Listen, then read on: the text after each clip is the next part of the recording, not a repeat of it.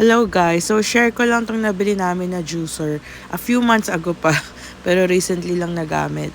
It's Ninja JC101 Cold Press Pro Compact. It's just a simple juicer. Tahimik siya. So pakinggan muna natin yung machine bago ko i-explain.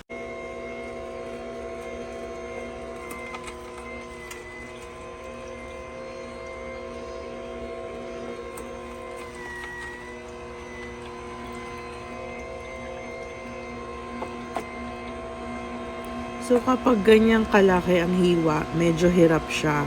Kaya I would suggest nipisan nyo pa or liitan nyo pa para mabilis siyang magawa ng juicer. So tahimik lang to guys. Ewan ko kung naiingayan kayo pero para i-compare sa iba, tahimik lang siya. Hindi siya nakaka-storbo kung may nagwo-work from home.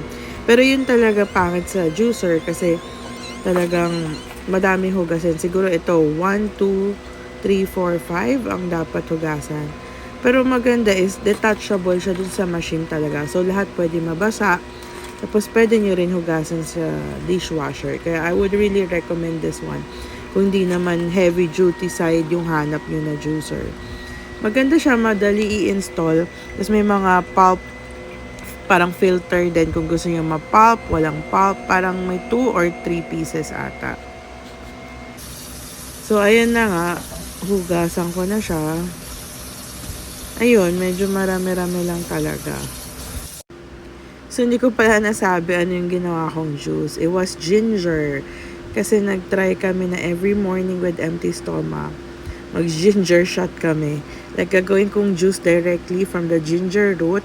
So, siguro kami ng mom ko, mga 1 ounce a day in the morning with empty stomach. Tapos, lalagyan lang namin ng onting lemon. So, ayan, ganyan karami yung hugasan.